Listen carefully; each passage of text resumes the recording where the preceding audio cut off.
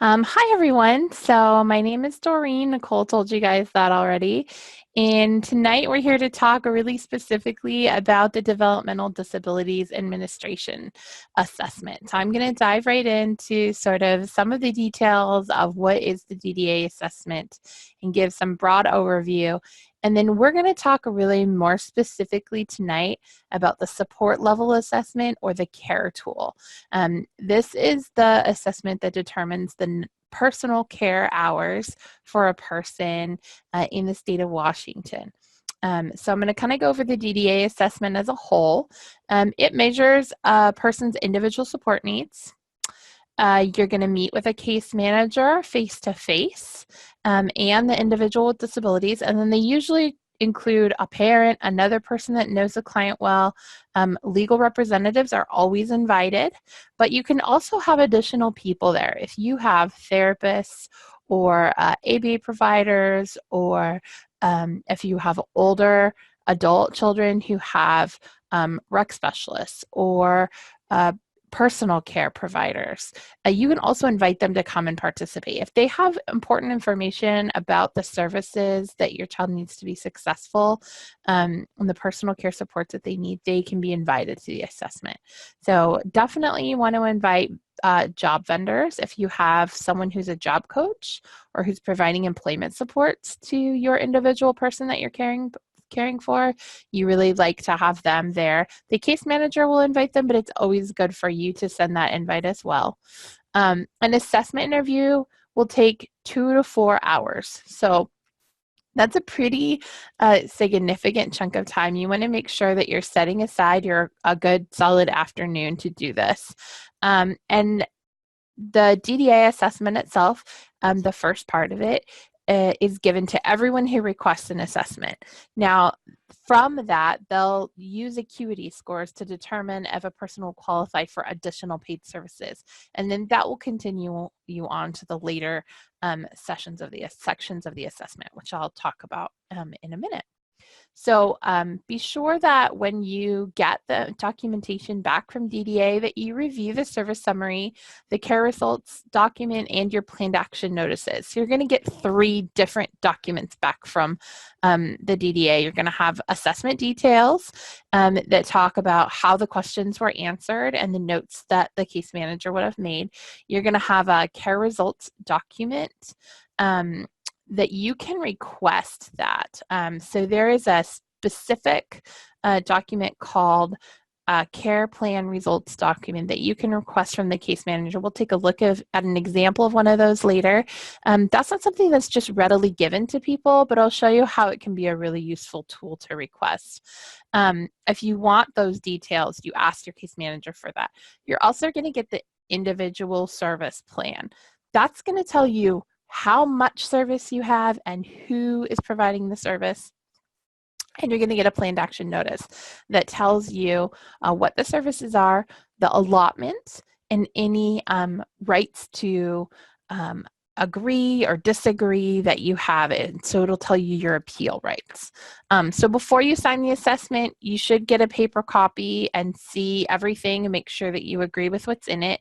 As a guardian or necessary supplemental accommodation representative, that's anybody who agrees to get paperwork on behalf of an individual and they agree that they get that.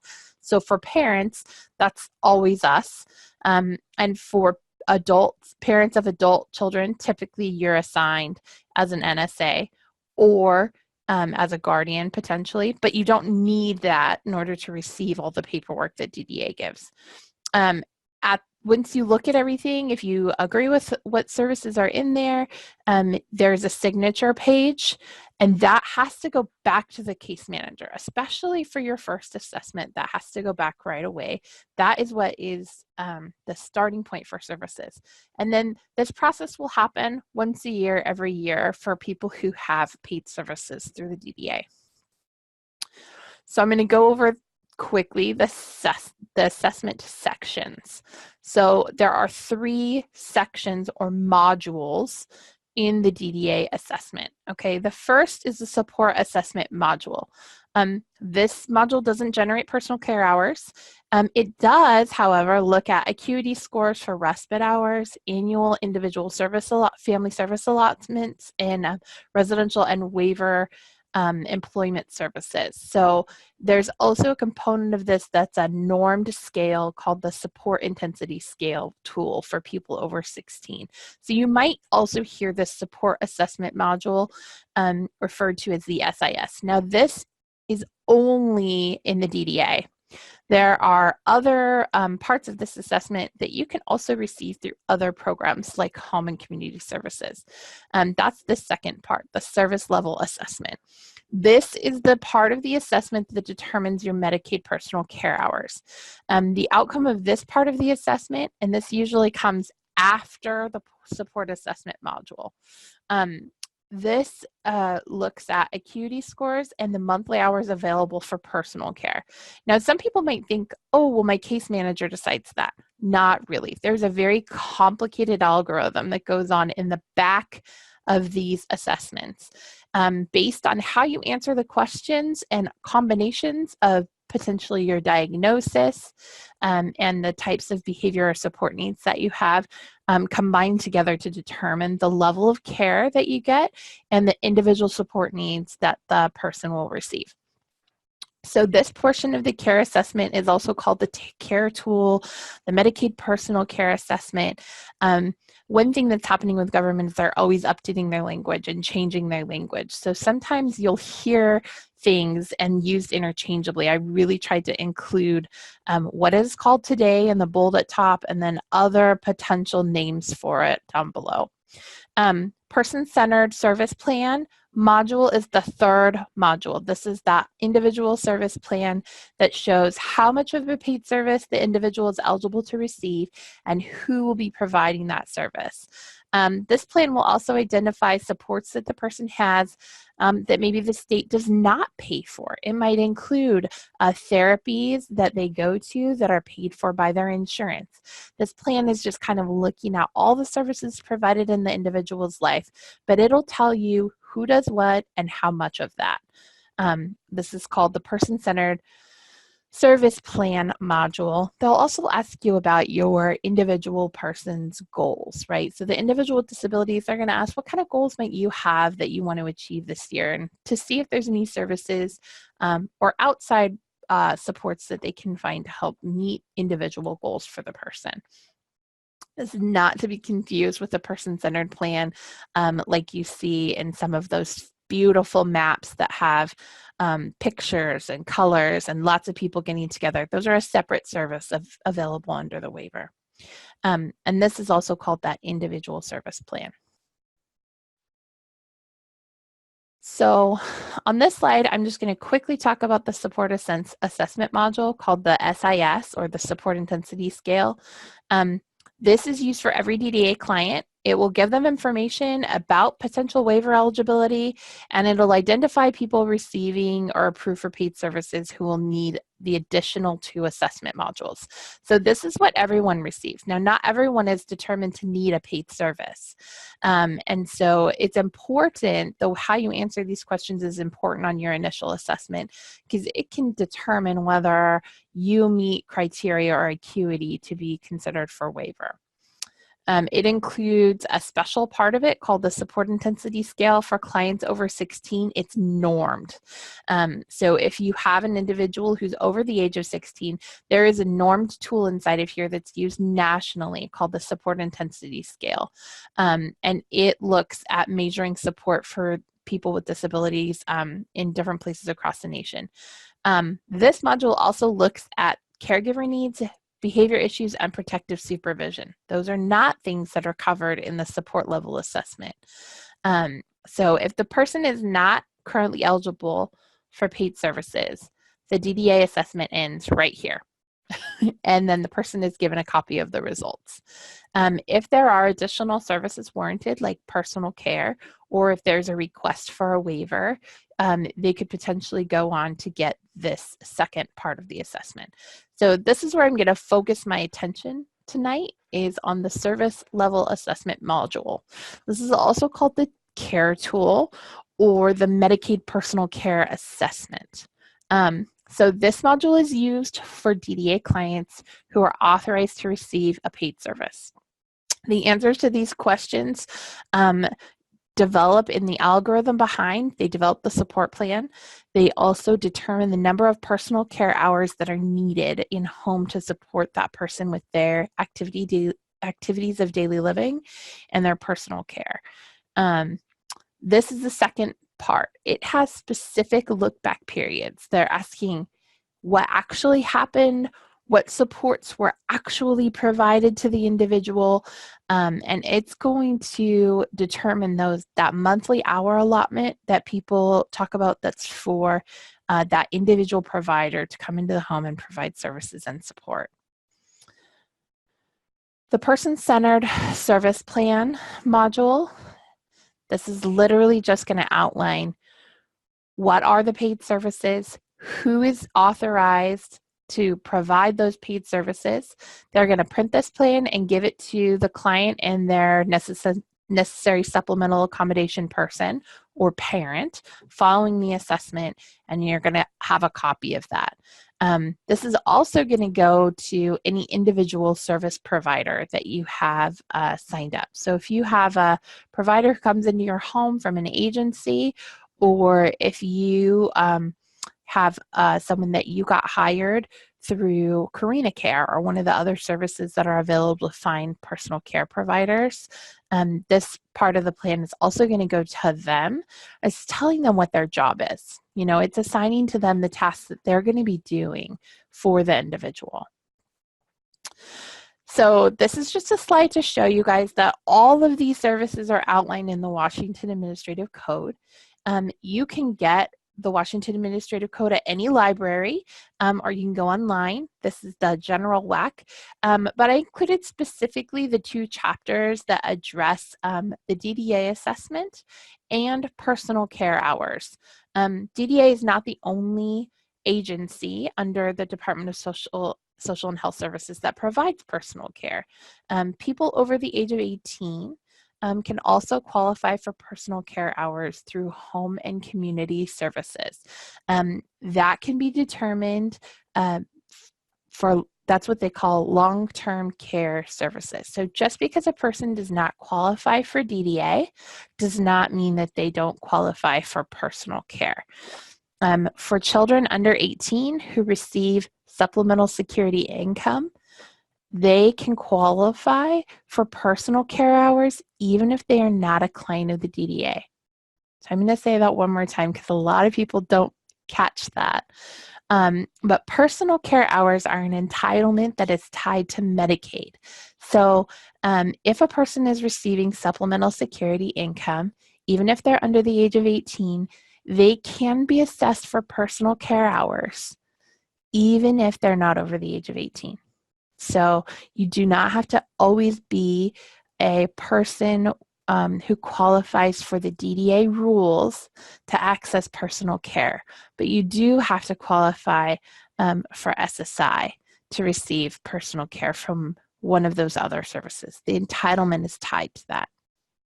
So most of the rules about the DDA assessment are in the WAC 388828, but almost all of the rules about personal care are in 388106, which covers both the DDA and home and community services for those people who have an entitlement. When you look at personal care services and waiver personal care, they're available to address unmet personal care needs of individuals who meet functional and financial eligibility criteria. So if you're getting the assessment through home and community services or DDA, all the personal care services are governed by those same rules in 388106. So what does care or the service assessment look at? These are the different areas that it's really going to look at.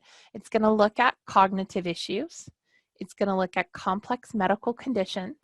It's going to look at moods and behaviors, activities of daily living, that's your toileting, dressing, bathing, mobility in and out of the home, transfers, And then instrumental activities of daily living is another section that's looked at for DDA clients. So we're going to look at a tool right now that was developed by the Northwest Justice Project. And this is a very in-depth tool that walks you through understanding your care tool assessment. And now I love to look at tools that have been looked at by lawyers, because you know that everything is going to be in alignment with the law. And it's going to walk you through each of the pieces. So it's going to show you information about the general information about the assessment. It's going to talk to you about how a person qualifies for personal care hours and all these lovely links in here to the administrative codes that apply. It's going to explain the definitions related to each of the areas. So when they're looking at cognitive issues, they're looking at how the person communicates, their memory, and decision making. And this gives the definitions for what your answers mean. These are the complex medical conditions that can put someone into a higher clinical complexity category. So one of these things, if you have an individual that has any of these medical conditions, this is something you want to make sure is addressed in the care tool assessment, and that is part of the assessment details for the individual you support. They're going to look at mood and behaviors. This is looking back 5 years. So they're going to look at whether behavior is current, which means did it happen in the last week? All others are considered past. And it's going to look at the frequency and alterability and the amount of intervention provided for each of the behaviors. This is a section I really encourage parents and caregivers to sit next to your case manager when they're doing the assessment, so that if you need more information about what potential available behaviors might be inside the tool, or if you need better definitions, they can pull up their F1 help screens and they can show you those definitions so you can have a better understanding of what they're asking you. And there's some really good descriptions in there to help parents understand and to help case managers understand what's being asked out of the question. The next thing that they look at is those activities of daily living. So this gives some great examples of what they are. So your ADLs are listed here, and those will be listed out in your care tool assessment. Each of these things, depending on how much help you need, creates a score that is going on behind the scenes of your assessment. It's creating a score based on if you need assistance with this and how much assistance that you need, and then how often that you need this. A lot of times I think what is missed by parents is per week means the 7 days prior to the assessment. So just that week before they're coming out is a time to get your journal out and really look at all of the little things that you do to support your individual.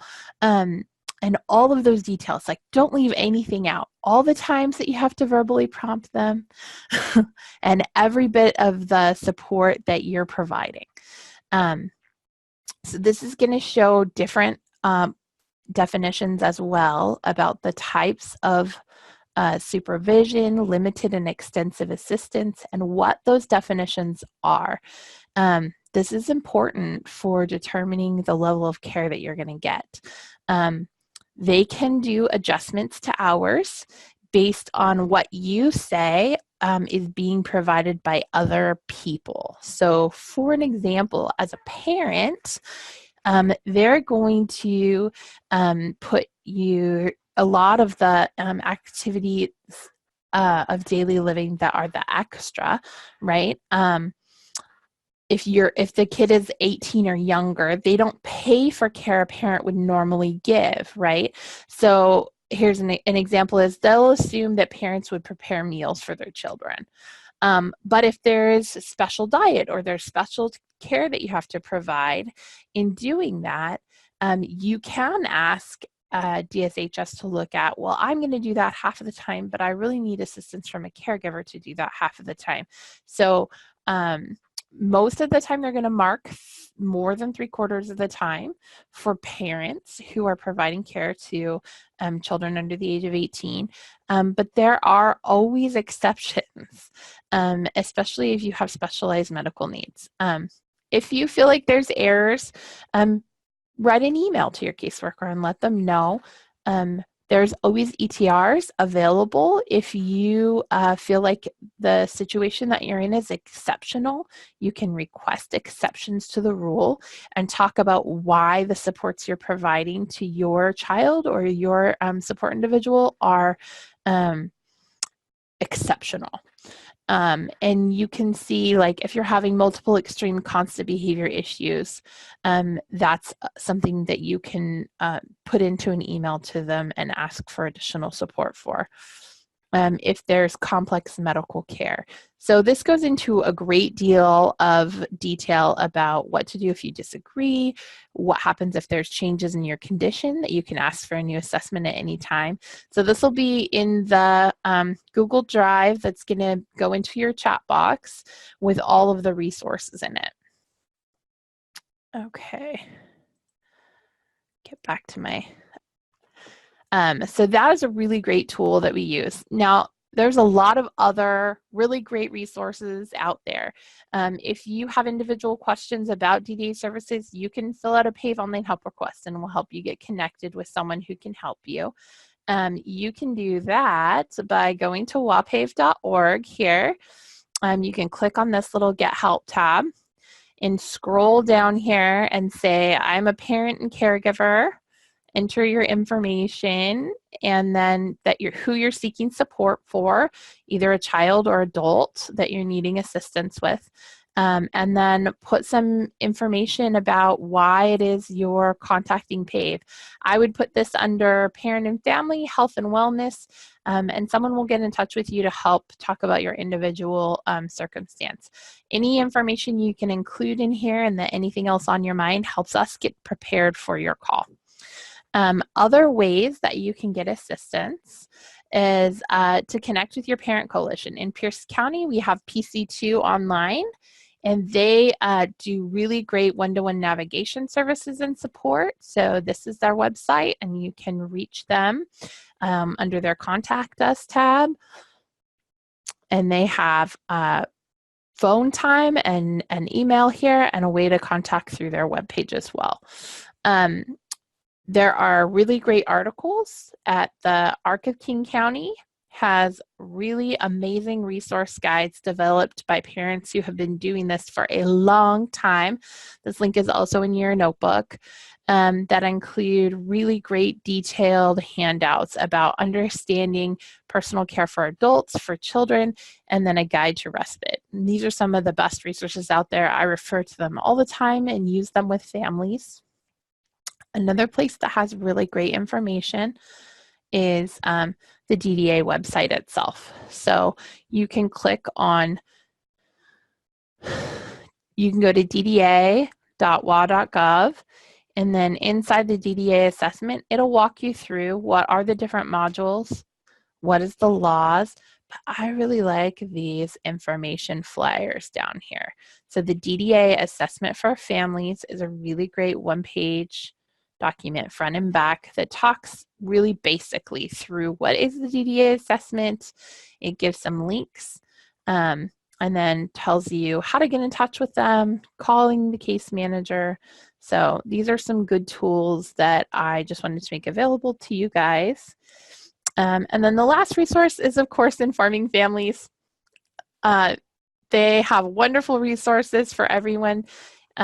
At every stage of the lifespan. I'm always promoting this page.